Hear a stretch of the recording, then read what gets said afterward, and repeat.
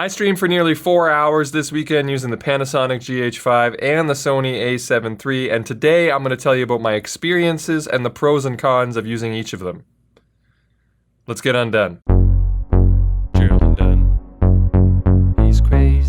What is happening, everybody? I'm Gerald Undone, and today's video is going to be a bit informal because it's more of sort of an aftermath recap video based on the stream that I just did. I've got my notes here of everything that went on while I was streaming, and I want to share them with you in case you were deciding on getting or using one or both of these cameras for streaming. If you're wondering how I captured these cameras, you know, like what card I used and in what configuration, I just posted a companion video to this one, which basically explains what I think is the best capture card for the money. So if you're interested in doing this, I highly recommend you go and check that out after this video. Okay, so here's what I think of these two cameras for streaming. They're great.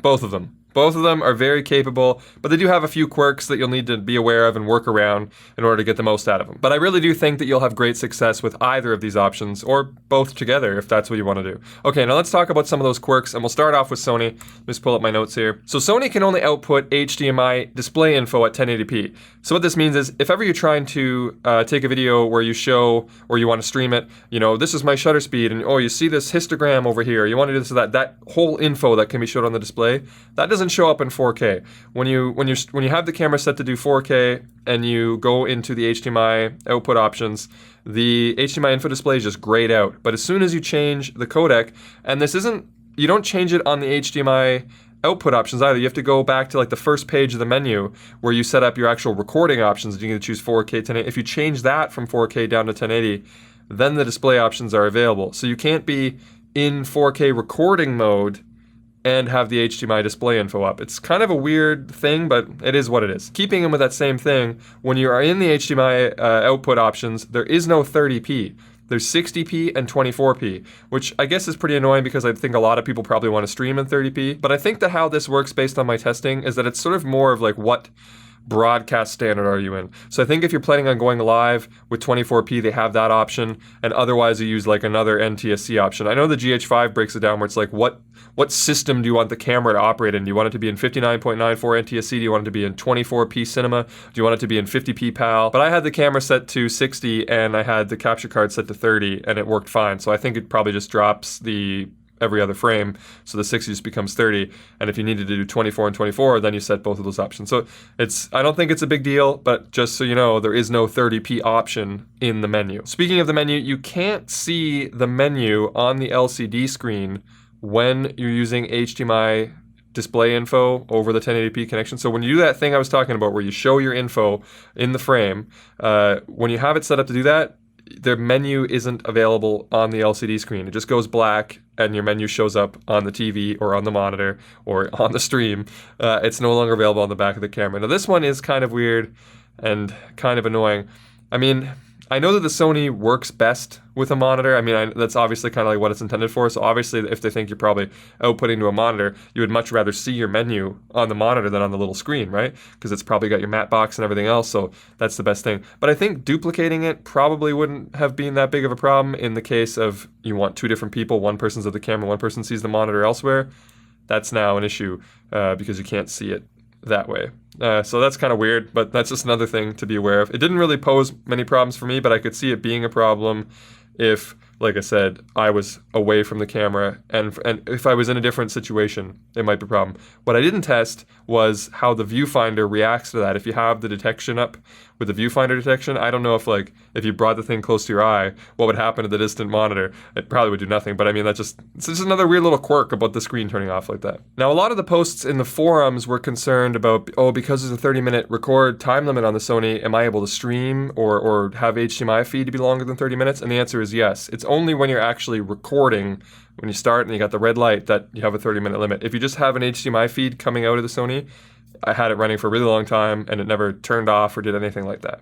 Speaking of turning off, what about overheating, right? Because that's the other thing. I know that when I physically record with the Sony, if I'm doing 4K recording for, I don't know, an hour or two, I start to get, oh, there's a warning, it's getting a little bit hot with the stream. And there's two things to consider. One, I wasn't actually holding it while I was using it, but it wasn't doing any internal 4K recording or doing any kind of like compression inside of the camera. I didn't notice any heat problems at all. After running it for an hour or two, touching it gently, putting my hands around it. I didn't feel any serious heat, just kind of like the dull heat from any electronic device. It was fine. It was comparable to the GH5 in that way.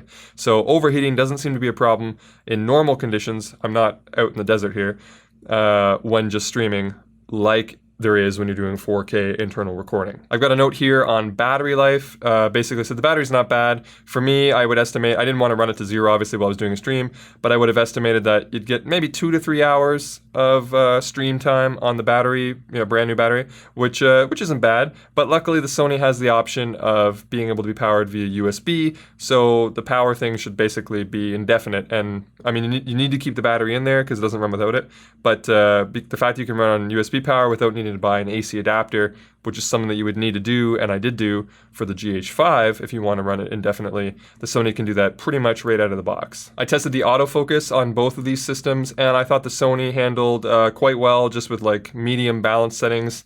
I just put it on, had face detect on, and had like middle expandable point on. If I held something up, like, hey, check this out, guys, it worked fine, and then like moved around a little bit, it was fine. Like for a stream, it was working. I was really happy with how the autofocus performed, and I was also happy with how the autofocus performed on the GH5. I did tweak my settings a little bit though.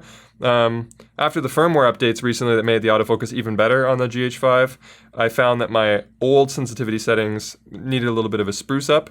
So if I had it on face detect like this, which was good for the stream, if I wanted to show something, it wouldn't respond as quickly as I wanted to, so I made it a little bit more sensitive so that if I was like, hey, take a look at this, that it snapped to. I think I was using +2 and +2 on the speed and sensitivity on the stream, and I found that to be a pretty good balance. But both cameras, I was happy with their autofocus for the stream. Also with the GH5, I was testing out to see how the app would work in relation to the stream going on, and it had a similar kind of screen turning off thing to the Sony, but a different one. In this case, when I paired it with the app and I started controlling it with the app, normally, like right now, for instance, I'm using the app, I can see myself on the LCD screen and I can also see myself here. And if I make changes, they do the both. But when I was streaming, there was 2 iterations. Obviously, it was on the LCD screen and where the HDMI went, and I could also see it here in OBS. But when I connected with the app, the OBS one continued, but the LCD screen turned off. So it was just here and there. So you can't have 3 different versions of it, but you can have 2. The one on the app and the one on the stream.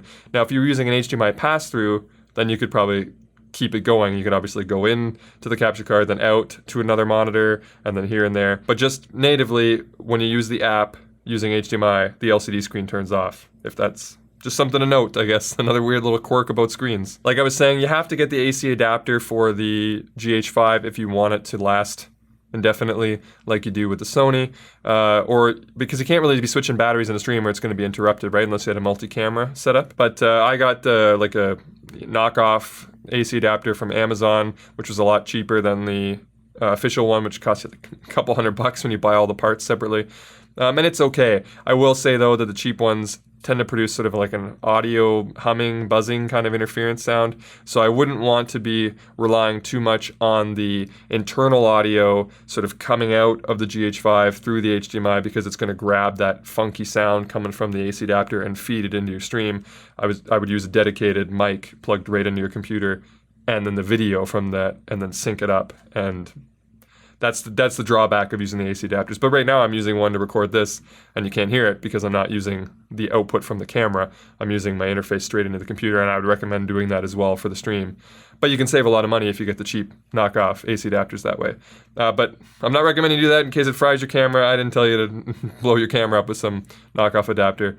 But you would need one if you want to stream indefinitely. And that's about it. To be honest, that's all the quirks. I tested everything I could think of, and that's pretty much the only things I noticed that were a bit weird.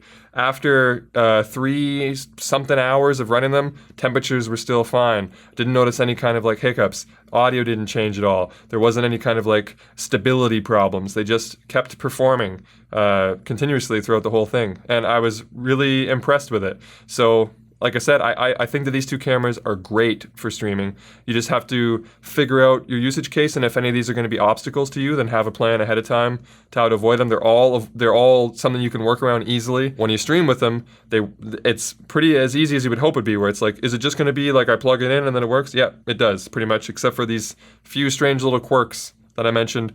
That's about it. The display info for the GH5, I did not notice any issues with that. If it's important to you, maybe you're doing some sort of tutorial or something, and you want to show the screen display info. The GH5 seemed to work in any settings I was able to show the display info. With the Sony, it was only in 1080p. But likely, if you're streaming display info, you're probably streaming at 1080p anyway, so it might not be an issue for you. But yeah, happy with both. I think they're both great. I think that you'll have great results with both.